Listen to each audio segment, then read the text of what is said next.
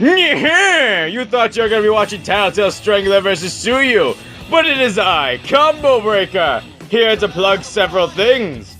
Actually, there's a lot of plugs I have to do. This actually might become a fire hazard. Well, let's go ahead and get things started before something catches on fire. Anyway, let's start off by plugging my Discord like I always do. You see there's a link to my Discord in the description down below that you can go ahead and click on and join. I really hope you guys join because it's a lot of fun in there. You can post memes, talk to me, suggest battles, and just have a lot of fun. Also, you get hints for what the next fight's gonna be. Despite how cryptic and next to impossible they are, it's a hint.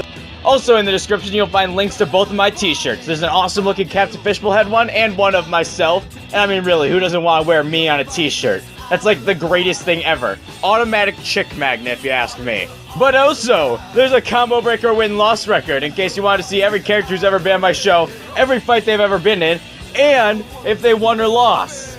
It's a great way to go back and look at how the fuck Little Mac has an undefeated record. I'm gonna go ahead and give my thank yous right now here in the plug. First of all, I gotta give a huge thank you to the Great Demon for helping me out a shit ton with the Tsuyu research, and I gotta give another huge shout out to the Ghost Host Boy, because not only did he edit together probably the greatest abomination you'll ever see later in this episode, but he also put together a small animation for me you'll see during one of the analyses. Analyses? What's the plural of analysis? I don't fucking know. Can we get on with the episode already? Oh hey, you're finally awake. Yes, onward to the episode. Step inside my twisted world, where heroes will collide. Villains are the only evil, there are no fucking sides. Every match will test their stats, every loss and win are weighed. Any chance they thought they had could all end up in vain on Combo Breaker. Fish! No, not this shit again.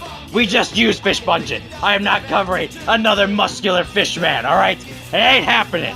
What? No. I mean, today's fight is based completely around the life of fish. You see, fish in fiction, just like people, can have jobs, families, lives, and most importantly for the sake of this episode, can be both good and evil. Hey, wait a second. I just, saw the episode we're doing and you're aware that frogs aren't fish, right? Shit! Secondary characters in the color green, am I right? Okay, this is somehow even worse than your original intro. I'm just gonna go ahead and hijack the intro so we can get into the actual episode. You see, aquatic creatures, just like people, can be both good and evil, and today's fighters represent that perfectly. We're of course talking about the Tattletale Strangler, the most evil and diabolical villain from SpongeBob SquarePants. And Tsuyu, aka Froppy, the rainy season hero, and the cute frog lady from My Hero Academia.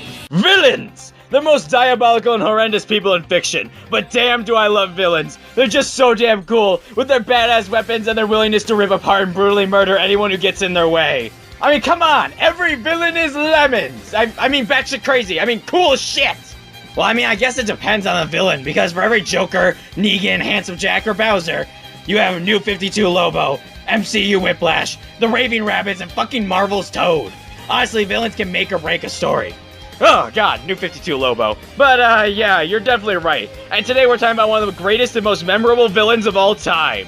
Oh my god, we're using Darth Vader again? Oh man, I can't wait to talk about lightsabers and the Force. It's just so damn badass. He can choke people from miles away and cut through enemies like Jason through a teenager's skull. What? No. This guy's even better than Darth Vader. Hell, he can even do Vader's signature move of strangling people better than him. If that didn't immediately give it away, I'm of course talking about the Tattletale Strangler.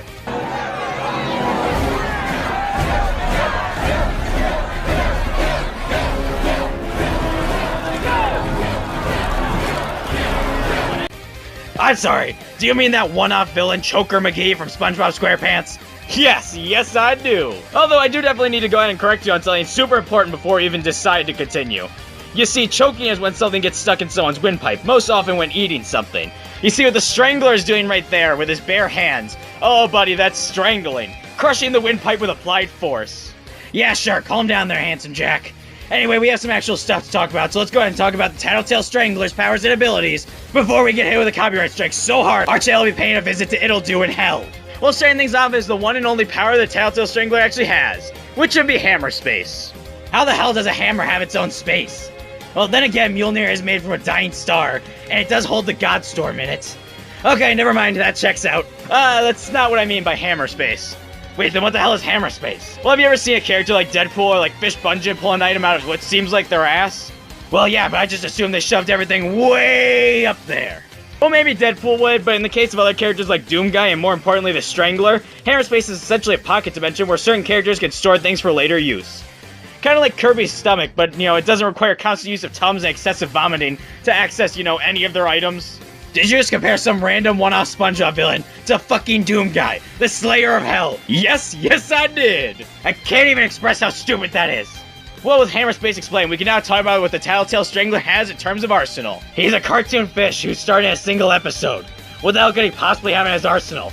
Unless you're gonna start telling me he has like a persona or some shit. Well, I mean, he does have this giant pair of scissors he can use to cut things. And more importantly, with these scissors, he can star in my favorite anime, Kill La Kill. Oh god, my fucking eyes! Why? Why does this exist? Where's the bleach? Someone, please! Oh, you see, I used it all last episode because of you, and now you can never unsee the Life Fiber Strangler! Okay. It took me some time to go find an interdimensional Walgreens, but I bought some bleach, and now I'm good to continue. So what's next in the Strangler's arsenal? Well, he has a fake mustache that he can wear to hide his identity. It's literally a dollar store mustache. How the hell does he use that to hide his identity? I mean, he left the fucking price tag on, for God's sake. Well, yeah, but he fooled SpongeBob with it. SpongeBob's a fucking dumbass. I mean, he's a full-grown person, and yet he can't get his driver's license. Yeah, but I mean, SpongeBob found the receipt for the mustache and didn't recognize him, and nobody in Bikini Bottom could see past the mustache either. Hell, even when the Strangler Sheriff ripped off his mustache, SpongeBob just asked him why he did that without shaving cream. Despite the fact that SpongeBob's been thinking about and seeing pictures of the Strangler all day. It's all he can think about. His life is literally on the line, and he couldn't recognize the man.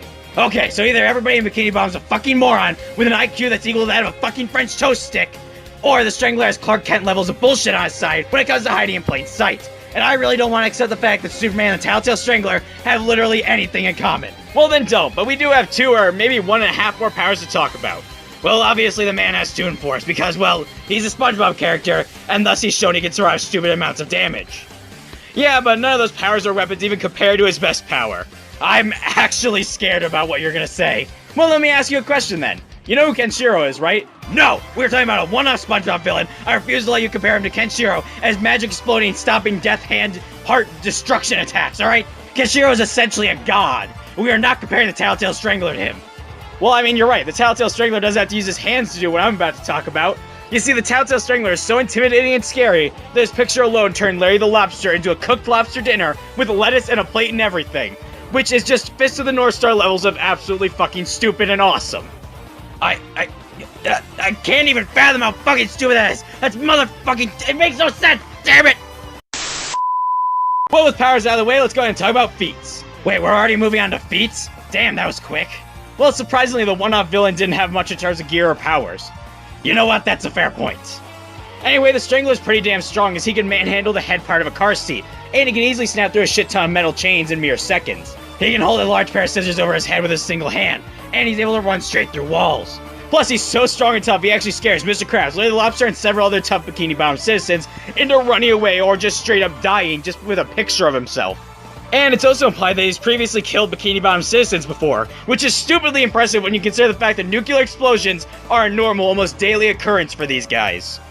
Holy shit, what the hell, Nickelodeon? That's dark. That's straight up murder. Well, you know, SpongeBob used to do fun episodes like the Tattletale Strangler and the Alaskan Bullworm. But now they just suck. I mean, you're not wrong. Anyway, SpongeBob once survived having all the Earth's water hit him in the face all at once, so that should tell you the Strangler could really hit ridiculous levels of power. The Strangler's also really freaking fast, as he can throw things at high speeds, and he can escape the cops easily. Hell, he can even outpace SpongeBob for short periods of time. He's durable enough to have his head open up and create a mushroom cloud style explosion, as well as have SpongeBob stick his spiky-ass cleats in his eyes for 6 hours straight. Man, SpongeBob's a dick. Why didn't he wear softer shoes like Crocs if he's gonna be standing on the Strangler's eyes? Oh, because it isn't 2009 and nobody owns a pair of Crocs.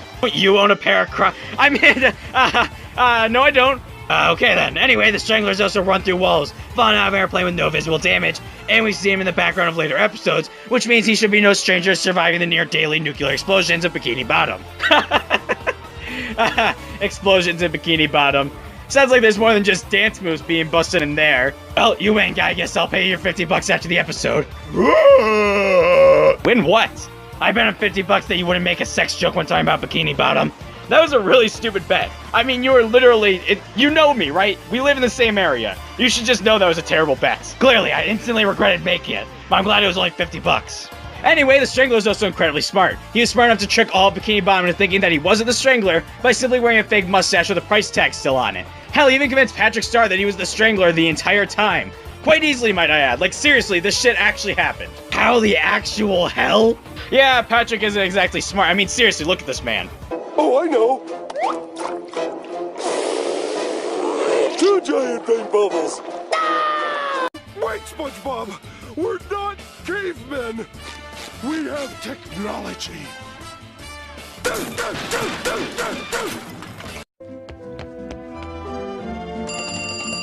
Is this the Krusty Krab?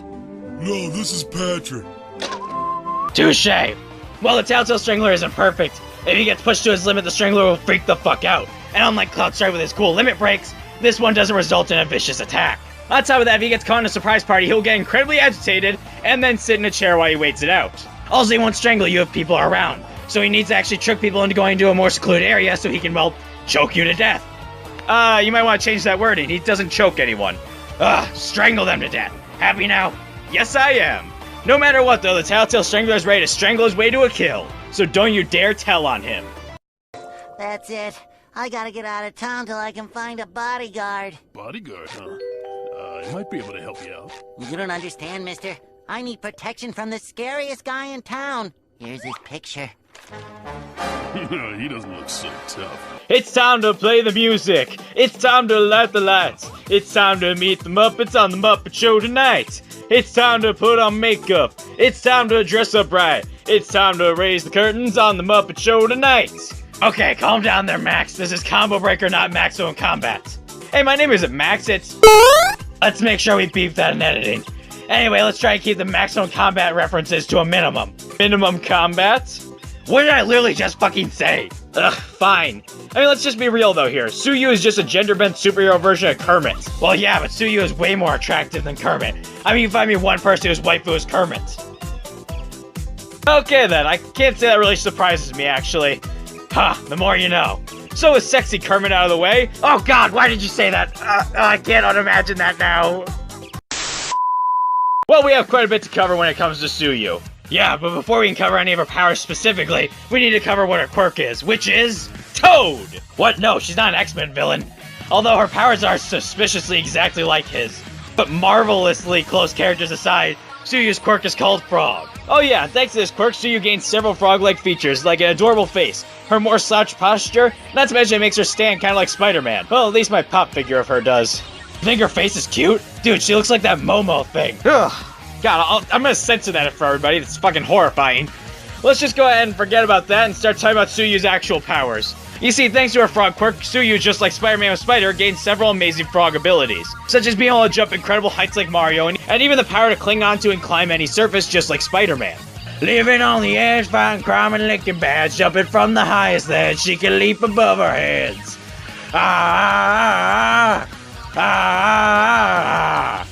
Villains on the rise and the city's victimized, looking up with no surprise, arriving in the speed of time.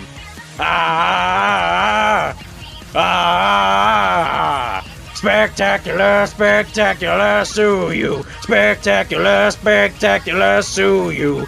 Spectacular, spectacular Tsuyu. Spectacular! Moving on from surprisingly well put together parodies and back to Tsuyu's powers, we have some more frog powers to talk about, such as her most iconic and versatile power, her tongue. You know, I always found that scene where Uraka and Tsuyu were walking through the woods holding hands a bit odd, but you know what? It all makes sense now. What the hell are you talking about? She uses her tongue for combat things, like grabbing and throwing objects, as well as long-range strikes against her enemies. Fun fact, Tsuyu can also store items in her stomach for later use, kinda like Riku from Penguins of Madagascar. But unlike him, Tsuyu actually hates doing this because it's gross and slightly painful to vomit these things back up. Which just leaves the question of why she decides to put things in her mouth to store them for later. But yeah, of course she doesn't like it. No one wants to have to vomit up their weapons for use later.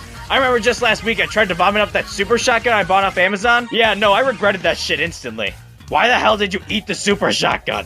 Oh, you see, I was trying to absorb its powers like Kirby, and as you can see, it really didn't work at all. Never mind, apparently it did work. That's kick-ass, man. Oh, I'm gonna try that again.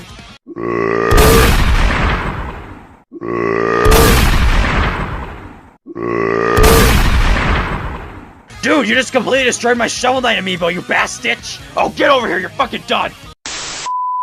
Well, Tsuyu also has camouflage she can use to make herself invisible Halo style. Well, I mean, it's way better than Master Chief, since when she moves while invisible, you can't immediately spot her. Fucking Halo invisibility sucks. True, but I mean, that power makes that invisible girl in our class completely pointless, doesn't it? Well, not only can she turn invisible, but she can do it while clothed. Although, depending on who you ask, that may be better or worse. Wait a second, if she's invisible, why the hell is she so self-conscious about someone seeing her take off her gloves? What the hell are they gonna see? That's actually a really good point, but we're getting really far off track now. Well, on top of all those frog powers and camouflage for some fucking reason, Tsuyu actually has one more amphibious ability, and that's the ability to secrete toxic mucus from her body that she never really uses for anything within the show. But it does sting if you touch it, and by far its coolest ability is the fact that it smells exactly like her, so she can actually leave it places to make tracking her very difficult. Hey, wait a second, I just had a really interesting thought. What would that be? Is Tsuyu a furry? What? No, she's a frog, not a dog. Well, I mean, dragons are technically part of the furry community, so why not Tsuyu? And follow-up question, what tier of furry is Tsuyu? There's a tier list of furries? Well, no, but there are tiers of furry. Here, I'll show you. I'll put the big diagram up on the screen. See, tier 1 is a person with animal-like features, like a tail or animal ears on the top of their head. If you need an example, think of Blake from RWBY. This on the tier list is known as a non-furry character. Well, at least according to the tiers, it's called that. Now, on the other side of the list, we have tier 5, which is basically just an animal with a few pieces of animal clothing. Think like Miss Piggy, Ducko, or Ribbit Theater. Well, I'd assume Tsuyu would be tier 1 then, which would be a non-furry. Well, that's what I thought at first, but then I looked at the other tiers, and tier 2 is a human with more animal-like features, like tail, ears, paws, and even fur. If you would look at the tiers, you could see exactly what I'm talking about. I mean, Tsuyu isn't covered in fur, she's a frog, not a Super Saiyan 4. Yes, but she has plenty of frog-like features, like her posture, her tongue, her face. Hell, even her powers, like the ability to excrete mucus. She's clearly a tier 2 furry. What? No, you're fucking insane, man. She's a tier 1, just look at that. She's mostly human. She has human skin and her eyes are still human. Look at the fucking tiers. I did, now look at fucking Tsuyu. You know what, let's just ask Gaius. He says tier 2. What does he know? He's a fucking nightmare monster from hell. You know what, let's ask It'll-Do, she'd know. Oh yeah, she's still stuck in hell. I should probably ask those SCC guys, what were their names? Oh yeah, Green Arrow and the Fantastical Hell Beast. Yeah, I should probably ask them to send her back at some point. Well, looks like I win, and she is a tier 2 furry. What fetish tier she lands on isn't important, let's just look at her feats. You're just saying that to change the subject because you know I'm right. Fuck you! Well, anyway, Tsuyu is actually pretty damn strong. She's able to help Deku take out several grunts, including the shark guy, which she straight up one-shot.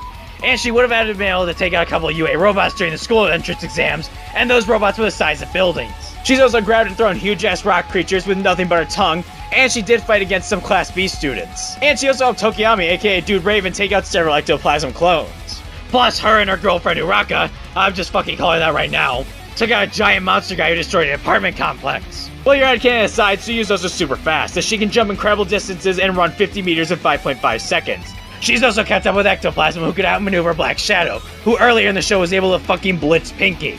And for a frame of reference, Pinky, aka the best girl in My Hero Academia, was able to dodge Naval Laser's lasers. Tsuyu's also one tough bitch. She's taken hits from Shinshida, and she's even taken a hit from Toga before.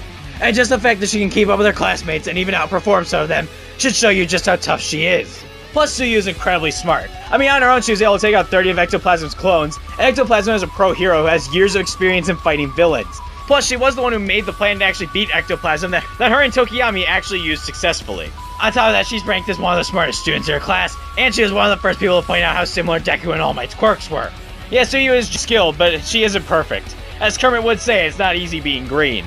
Yeah, it's definitely not easy, as Tsuyu is weak to extreme temperatures, such as extreme cold, which forces her into hibernation? Wait, what the fuck? I thought she was a frog, not a bear. Yeah, she is a frog, but also extreme heat will actually cause her to dry up, turning her into basically frog legs. Wow, that's morbid. Oh yeah, but on top of all that, Tsuyu is still part frog, and thus naturally does better in water-based areas. Not to mention, she also lacks combat experience on her own. I mean, even Toga, the second best girl, was able to pin her easily. But no matter what, Tsuyu's ready to hop into battle and defend the innocent. Yes, that's amazing! We're safe and we don't have to fight! Yeah, but I have a real bad feeling about this, Midoriya. Alright, our combatants are set, but only one aquatic side character can come out on top in a fight to the death. Let's settle this! Tsuyu is walking through a city at night when she gets a call on her phone letting her know of a possible assault happening downtown. She quickly hops to the city until she arrives downtown where she hops to a nearby tall building. Tsuyu looks around for a few moments before seeing a short-haired girl being strangled by a large fish man. Tsuyu then hops high into the sky off of a building before diving down and kicking the Tattletale Strangler in the head, causing him to stumble back and let go of the girl. The Strangler reorients himself and looks to see Tsuyu helping the girl escape as he bends down and grabs a rock. Tsuyu motions the girl to keep running as she turns around to face the Strangler, but as she turns she gets hit in the face with a rock. Tsuyu rubs her head in pain as the Strangler rushes over and picks her up over his head. The Strangler then quickly throws her through the air towards a building. Tsuyu spins around and latches onto the building as she extends out her tongue and wraps it around the Strangler before flinging him high into the air. The Tattletale Strangler then starts to fall to the sky. Tsuyu hops over and grabs him with his tongue one more time before flipping around and throwing him straight down to the ground full force. The Strangler then bounces off the ground from the sheer impact of the attack, as Tsuyu drops down and stomps on his head like Greninja. Tsuyu bounces off of his head, she flips back and lands on the ground in front of the Tattletale Strangler as he gets up. The Strangler then laughs evilly before running at Tsuyu full speed. Tsuyu tries to hop over him, but the Strangler grabs her by the leg and slams her on the ground before he continues to charge into her, tackling her into and then through the wall of a building. As rubble and dust fills up the room of the building, Tsuyu coughs up a small amount of blood. The dust then starts to settle as Tsuyu looks around confused as she can't see the villain she was fighting. She hears a maniacal laugh echo throughout the room as she looks around confused. Tsuyu then walks around the dark office building, leaving mucus on a couple of pillars to distract her foe. She continues to look around, but she's stopped in fear as she sees a giant pair of scissors cut down a large pillar of the building. The Strangler then rushes at Tsuyu from the darkness, swinging his scissors towards her. Tsuyu then dodges and weaves between each of the slashes the best she can, but the Strangler manages to cut her a few times across the legs and body. The Strangler then runs at Tsuyu, but she hops into the air and grabs the scissors with her tongue before throwing them behind her. Tattletale then looks at her confused as Tsuyu runs over and sweep kicks the Strangler before following up with a flip kick, launching him back. Tsuyu then quickly looks around before grabbing a large piece of rubble with her tongue and throwing it at the Strangler, knocking him through several buildings. Tsuyu then walks out of the office building and turns invisible as she looks around for the villain. All she can see though as she walks out is a strange man with a fish-like quirk and a mustache, but the Strangler's nowhere to be found. Tsuyu turns off her camouflage as she walks towards the mustached fish man and asks him if he's seen the Strangler. The man looks at her for a few seconds before quickly grabbing her throat as he starts to strangle her. Tsuyu starts to gasp for air as she tries to pry his hands off of her. She continues to struggle for a moment before launching out her tongue and hitting the Strangler in the eye. She gasps for air as the Strangler backs up in pain, letting go of her throat. Tsuyu notices him in pain and takes her chance to attack as she launches out her tongue once again, but the Strangler grabs her out of midair and pulls her over to him. The Strangler then wraps her tongue around her neck before choking her again. Tsuyu starts to produce a bit of mucus to burn the Strangler, but he seems unaffected as he continues to strangle her. Tsuyu's vision starts to fade away as she tries to struggle free, but she seems unable to make it budge as she starts to die. The Strangler laughs out maniacally as he leaves the crime scene with a new victim on the ground. Holy shit! I don't think we've ever had a death by strangulation! And wait a second, did Tsuyu just lose? Yeah, she did, because our winner is the Tattletale Strangler. Like hell he is! I demand a fucking rematch! Well, I'm afraid that a rematch won't actually change these results. Really? Go ahead and do the rundown of the stats, because honestly, you have a lot of explaining to do how Tsuyu, the badass superhero chick, loses to some one-off SpongeBob villain. Well, taking a quick look at strength and durability, both combatants were surprisingly impressive. You see, Tsuyu's strong enough to one-shot goons, lift and throw large monsters, and even take down a one-point robot, which are the size of buildings. But Tsuyu's best feat was the time that her and Uraka fought and beat a giant monster who destroyed an apartment complex. So at her best, Tsuyu should be hitting about C block level in terms of strength and durability. Yeah, that's incredibly impressive for a frog girl. You know what, you're right, that is incredibly impressive. Too bad the Tattletale Strangler is just way stronger. You see, the Strangler is capable of falling out of an airplane and running through walls completely unfazed. He's also had SpongeBob's cleats in his eyes for 6 hours straight, and he created a small nuclear explosion in his own head. Yeah, that's nothing compared to Tsuyu. You know what? That would actually be correct if we didn't know that the Strangler has killed several Bikini Bottom citizens and is a normal citizen of Bikini Bottom himself, as seen in his cameos in other episodes. And in Bikini Bottom, full-on nuclear explosions are a normal, almost daily occurrence. Then add on the fact that the strongest people in Bikini Bottom, like Mr. Krabs and Larry, are scared shitless and even to death just by a photo of this man, means he's clearly at least on par with, if not far stronger than normal Bikini Bottom citizens. This would mean that the Tattletale Strangler is at city level at bare minimum, which is far above Tsuyu's city block levels of strength and durability. I hate that so damn much! Fine, what about speed? Well, the Tattletale Strangler is fast enough to escape the cops and outpace SpongeBob for a few seconds, but that's really it. And keep in mind this was early SpongeBob, before we had feats like Patrick running to the sun and back. Dude, Tsuyu's got that part covered. I mean, she can cross 50 meters in 5.5 seconds, and she's shown she can keep up with her fellow students like Uraka, who could dodge Bakugo's explosions at near point-blank range. Not to mention she also fought Ectoplasm's clones, who kept up with Dark Shadow, and Dark Shadow was able to blitz Pinky, who dodged Naval Laser's lasers. Yeah, Tsuyu may have been way faster, but that hardly matters when she won't be able to actually damage Tattletale Strangler. And really, she can't keep up that dodging the entire fight. Eventually, she's going to tire herself out. And let's not forget that the Strangler is a master of disguise, so he could easily get the jump on Tsuyu. It's a fake mustache, and Tsuyu's a genius. I think she can see past it. You'd think, but during her special assignment, Tsuyu failed to see that All Might wasn't actually dead for the sake of the assignment, and people have gotten the jump on her through other means as well. You see, poor Tsuyu actually had very few options to actually do anything against the Strangler. What about the fact that Strangler won't strangle a victim unless they're alone? Well, you see, every episode of Combo Breaker has the location what I call my void. You see, despite the fact that animations and narrations will tell you fights take place in on it, forests, or whatever, that location is always placed within a void. Essentially, this void means there's no outside interaction, even if the animation shows someone else in the background, or shows an enemy who's there just for an intro, and nobody else is around to interfere with the fight, and each character is given full access to their powers. For example, a character like Neo, Monica, or even Red from that creepypasta only have full control over almost everything and ridiculous power within the Matrix, or within Doki Doki Literature Club, or within that NES game. If you were to put them in the real world to fight a character like, I don't know, fucking Superman, well, technically they don't have their powers, so it's not fair. So for the sake of the void, they have access to all their powers as if they were fighting within their universe, it's just they're not in their universe. On top of that, this also adds in factors like if a character won't kill, this void gets rid of their no-kill rule, otherwise, there's not really a fight there. And then there's also the fact that, like I said, there's no outside interaction, meaning characters like Tattletale Strangler who refuse to kill unless alone, well, this won't affect them in the slightest because guess what, there's no one else there. And let's not forget that Tattletale Strangler is also so scary and intimidating, he turned Larry the Lobster into a lobster dinner with a plate and lettuce, so he could really just turn Tsuyu into frog legs. He doesn't even have to lay a hand on her. I hate the fact that she loses this so fucking much. I'm done. I'll come back for the next time to make sure you don't pick another stupid fucking fight. Looks like Tsuyu simply choked during this battle, which left her to croak. Our winner is the Tattletale Strangler. I'm the Strangler? No, I should have known! I gotta turn myself in! So, Patrick's the Strangler. Gee, you think you know a guy. He's not the Strangler! He's not? I am! Hey, how'd you do that without shaving cream? Oh, it's a fake, you idiot! I bought it at the party store! Did someone say party? Next time on Combo Breaker. It's not over, I keep fighting,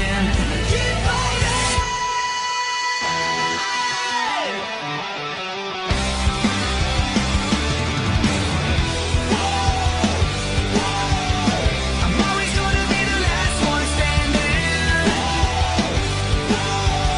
because I'm never gonna give up trying, and now I'm ready to go, I'm here, I'm waiting for you, and I'm gonna be the last one standing, and I'm gonna be the last one standing, the last one standing, the last one standing. Oh my god! No way! Are we actually not doing a stupid fucking match? Is this a serious fight? Yeah, I think it's about time we stop doing all these joke fights for just a little bit and do a bit more serious matches. Yeah, I think after Hard DK versus Really Joel's dad and Tattletale Strangler versus Tsuyu, we definitely deserve a couple of more serious fights that people are not gonna call me stupid for wanting to do. But yes, up next is Jack Kamen versus Neku Sakubaro. So let me know what you think of the match down below, let me know who you think will win, and have a great day, guys. Also, like, comment, and subscribe. We're done with these joke fights for a little bit. Yes!